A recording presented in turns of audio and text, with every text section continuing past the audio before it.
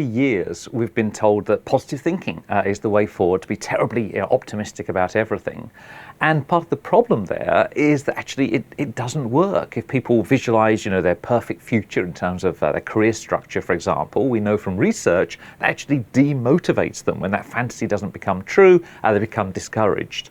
And so when I started to look at the science of self-help, I could see time and again it was action that made the difference. Behaving in a different way, bringing other like-minded people towards you, learning by doing. Those are the key principles. I think there's all sorts of very quick interventions that can have a very big impact.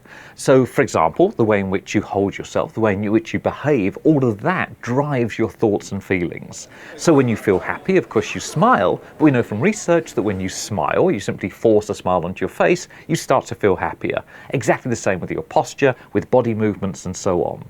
Second, in terms of even where you sit in a meeting, we know that people are perceived as being more influential, more intelligent when they sit towards the center of a group. So again, a very simple action-based idea.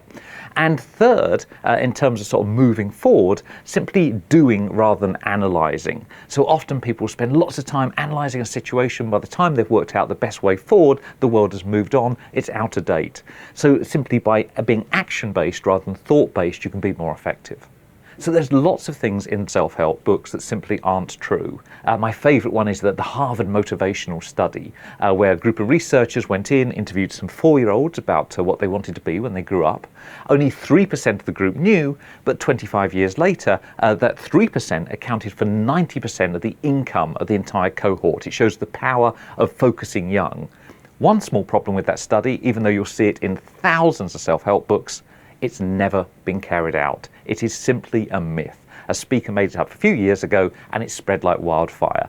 So I think it's a question of being more informed consumers. If you want to grow, if you want to innovate, if you want to be more successful, you need to do things differently in a smart and effective way.